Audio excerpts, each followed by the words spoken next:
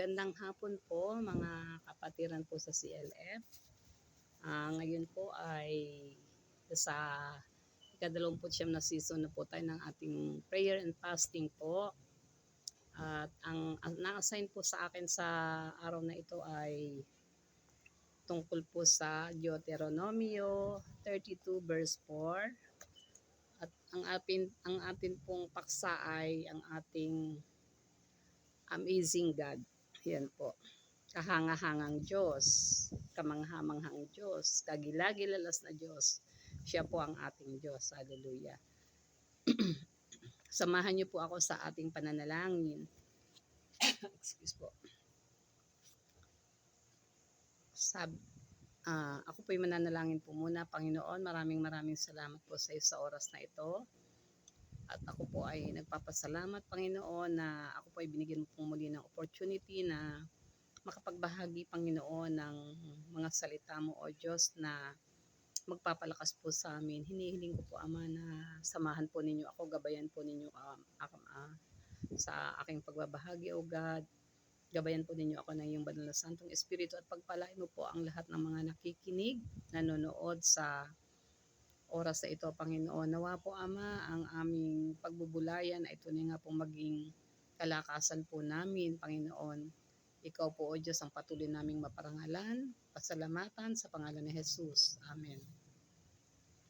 Yan po. Ang paksa pong na-assign po sa akin ay ang Deuteronomio 32 verse 4. Sabi po, si Yahweh ang inyong batong tanggulan, mga gawa niya ay walang kapintasan, mga pasya niya ay pawang makatarungan, siya'y Diyos ng tapat at makatuwiran. Yan po ang ang katangian po ng ating Diyos. Sabi po ay, siya po ay batong tanggulan. Pagtungkol po sa bato ay napakarami po ng ipakahulugan dito, kagaya po sa cornerstone o pundasyon po. Ito po yung nagdadala po ng kung sa bahay po ay siya po yung nagpapatatag sa bahay o building. Yun pong cornerstone or pundasyon. Yan po ang sinasagisag po ng ating Diyos na si Yahweh sa ating pananampalataya.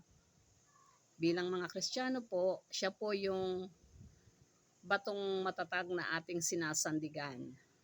Siya po yung ating kublihan. Ayan. May kanta nga po dyan na sabi, kublihan ko'y ikaw. Ayan. Kaya po, talaga pong ang ating Panginoon ay isa pong talaga pong matibay na batong tanggulan. Matibay na batong kublihan na sa panahon po ng bagabag o sa panahon na ang bagyo ay dumarating, ang katatagan po ng batong ito ang siya po nating pag-asa. Napakabuti po ng ating Diyos na patuloy po tayong kinakausap, ini-inspired at patuloy na pinaparamdam niya sa atin na siya yung ating tanggulan.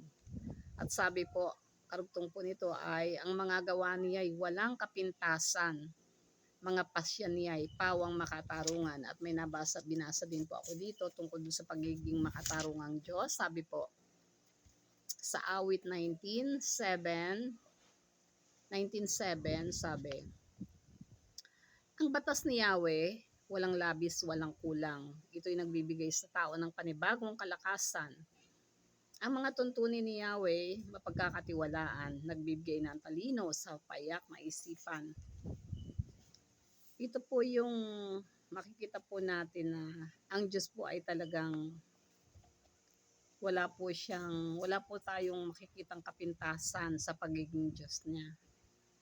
Kaya po sa kanya po tayo nangahawak. Kasi po kung sa tao, kahit po sabihin natin mabait, maayos ang pakikitungo sa atin, pero hindi pa rin po natin pwedeng isalig sa kanya yung ating mga, sabi nga, yung ating pag-asa. Kasi po, ang tao po ay hindi sapat maliban po sa ating Panginoon. At ang sabi walang kapintasan, mga pasya niya ay pawang makatarungan.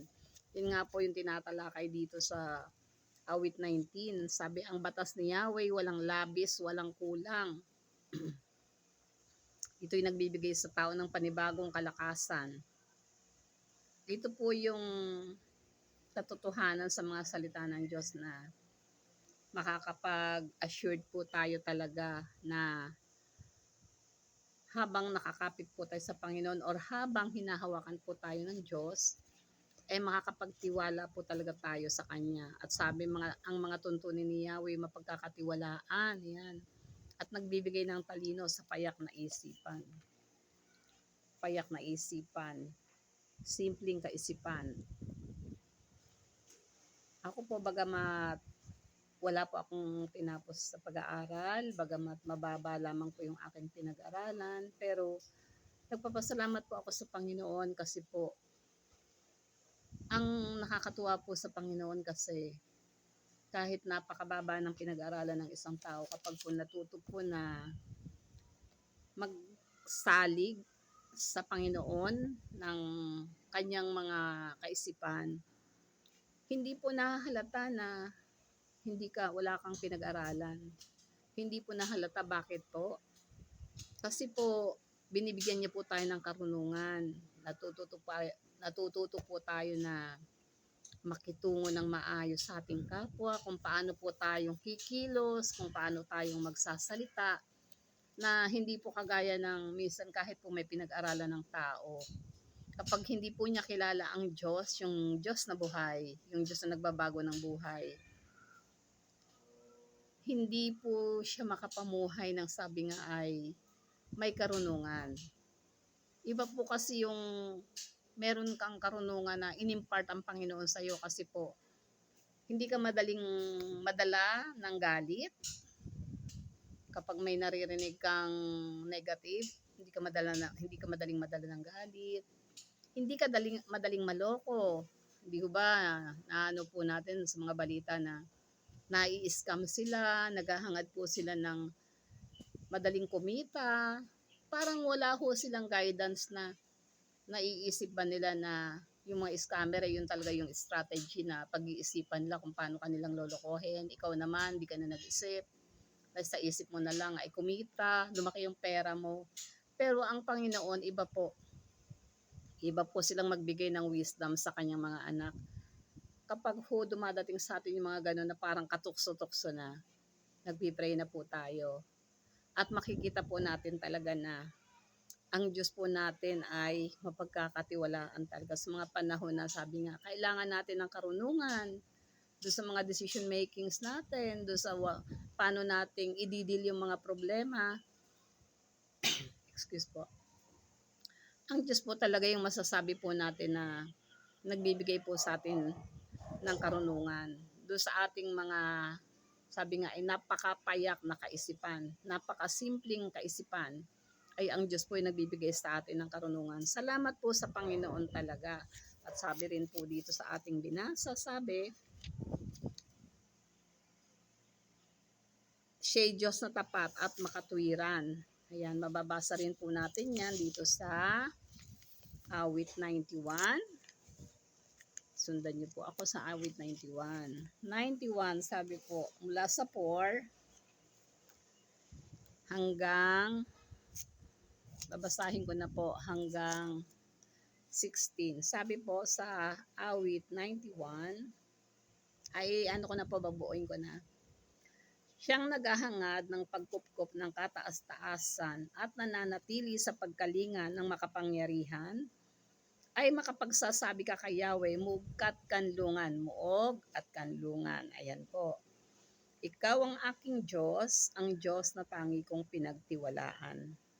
Sa panganib at bitag, ikay kanyang ililigtas, at kahit anumang matinding salot ay di ka magdaranas. Lulukuban ka niya sa lilim ng kanyang malapad na pakpak, at sa kalinga niya ay palagi kang nakakatiyak. Iingatan niya at ipagsasanggalang pagkat siya'y matapat. Matapat po ang ating Panginoon. Excuse po. Pagsapit ng gabi, di ka matatakot sa anumang bagay, maging sa gagawing biglaang paglusob ng mga kaaway. Ni sa ano pa mang darating na salot pagkagat ng dilim, sa pagpuksay wala kang takot sa araw mang dumating. Kahit na mabuwal sa iyong harapan ng 1,000 tao, sa iyong paligid ang bilang ng patay maging 10,000. Di ka matatakot at natitiyak mong di ka maaano. Yan po, naranasan po natin yan dun sa panahon ng COVID na kabila ang balita na namatay yung ganito, namatay yung si ganon, na makikita nyo sa TV na nakapila na po yung mga ikikremate na hindi na mga daugaga yung sa mga crematorium. Pero salamat po sa Panginoon sapagkat ang kanyang mga anak ay nahandun po, nahandun po ang pag-iingat, sabi. Excuse po. Kahit na mabuwal sa iyong harapan ng 1,000 tao sa iyong paligid, ang bilang ng patay, di ka matatakot at natitiyak mong di ka maaano. Napatunayan po natin ito nung panahon po ng COVID na talagang nakakapangamba kasi nasa hangin na eh. Hindi mo alam kung ano yung pwedeng mangyari.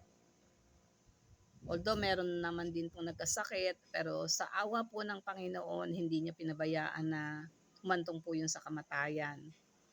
At sabi po sa verse 8, ikay magmamasid at sa panonood mapapatunayan yung makikita taong masasamay pinaparusahan.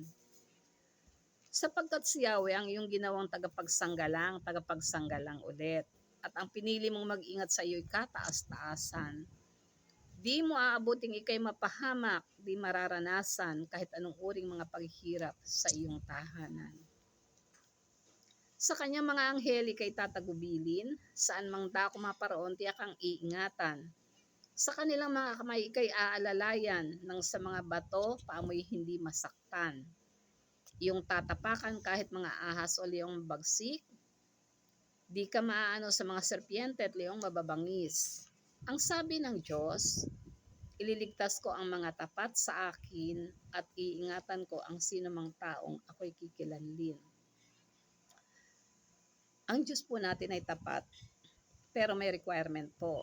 Ang sabi ng Diyos, ililigtas ko ang mga tapat sa akin. So, tayo po bilang mga kumikilala sa Panginoon ay hinahanapan niya ng katapatan. Sabi, at ang pangako naman po niya ay iingatan ko ang sino mang taong ako'y kikilanlin. Iingatan niya po tayo. Tayo na kumikilala sa Kanya bilang nag-iisang Diyos na makapangyarihan. Isang Diyos na sabi nga po ay awesome, kagilagilalas, kamangha-mangha. Siya po yun. At sabi po, kapag sila'y tumawag, laging handa ako na sila'y pakinggan. Aking sasamahan at kung may problema ay sasaklolohan. Aking ililigtas at ang bawat isa ay pararangalan. Verse 16, sila'y bibigyan ko at gagantimpalaan ng mahabang buhay at nakakatiyak tatamuhin nila aking kaligtasan. Hindi po ba makikita po natin dito sa ating mga binasa na ang Diyos po natin ay napakatapat na Diyos at siya po ay pwede po nating maging kublihan. Siya po yung matibay na muog na ating sandigan. Kaya po ang ating Diyos po ay tunay nga pong kahanga-hanga, wala po siyang kapantay. Kinakailangan na lamang po natin ay lubos po tayong magtiwala sa Kanya. Sa araw-araw po ay paulit-ulit po nating balikan ang lahat po ng ginagawa niya sa ating mga buhay at makikita po natin maiiyak na lamang po tayo hindi dahil tayo nalulungkot kundi tayo po ay sobrang nagagalak sapagkat mayroon po tayong Diyos na tagapagligtas. Sabi nga po, kapag sila'y tumawag, laging handa ako na sila'y pakinggan. Sa akin po, subok na subok ko po ang Panginoon. Kapag po halimbawa po ay dumadating po, sabi ko nga, nauubusan naman din po talaga. Dumadating po yung panahon na yun dahil po minsan may mga tao kang dapat tulungan at hindi mo sila kayang tiisin. Hindi mo pwede sabihin na wala kasi kung pera, hindi po talaga. Kasi hindi mo naman talaga pwede sabihin wala kung meron ka. Pero minsan po yung merong pera na yon ay may pinaglalaanan at naka-budget. Naka-budget po sa hanggang sa makasweldo ulit yung mga anak ko. Pero dumadating yung panahon na kinakailangan mong tumulong at pag tumulong ka, pagkatapos ng sasabihin mo sa Panginoon, Lord, alam mo na po wala na po akong pera. Ganun po kasimple. Sabihin ko, Lord, wala na po akong pera, bahala na po kayo.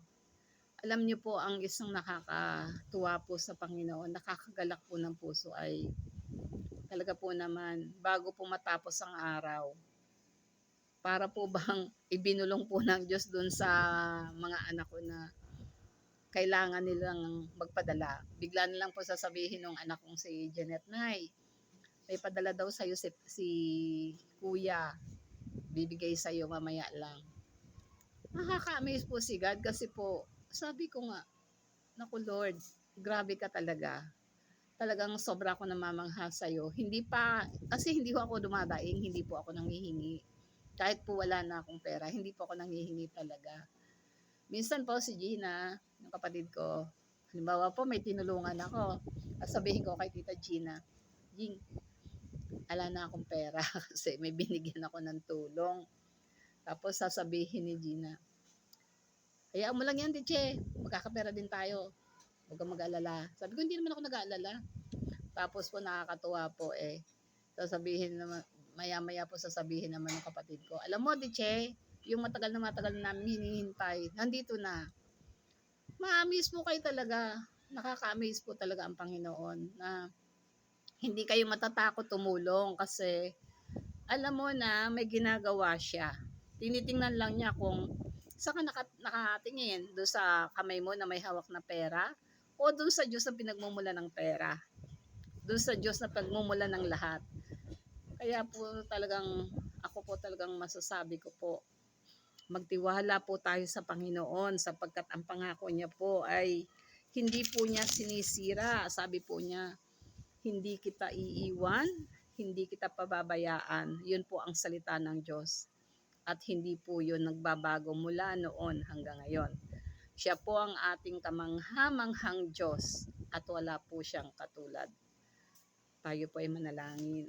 Dakilang Diyos, maraming salamat po Ama na mga salita mo o Diyos, ang mga karangalan na nararapat sa iyo ay akin pong inihayag, Panginoon. Salamat po sa oras na ito o Diyos na natapos ko po ang bidyong ito, Panginoon, na bagamat ilang araw ko na pong sinusubukang makapag-video ay ngayon lamang po ito natapos at kahit po sa oras na bago nangyari ito ay napakaraming ginawa ang kalaban na maudlot po ito, Panginoon. Pero salamat po, Ama.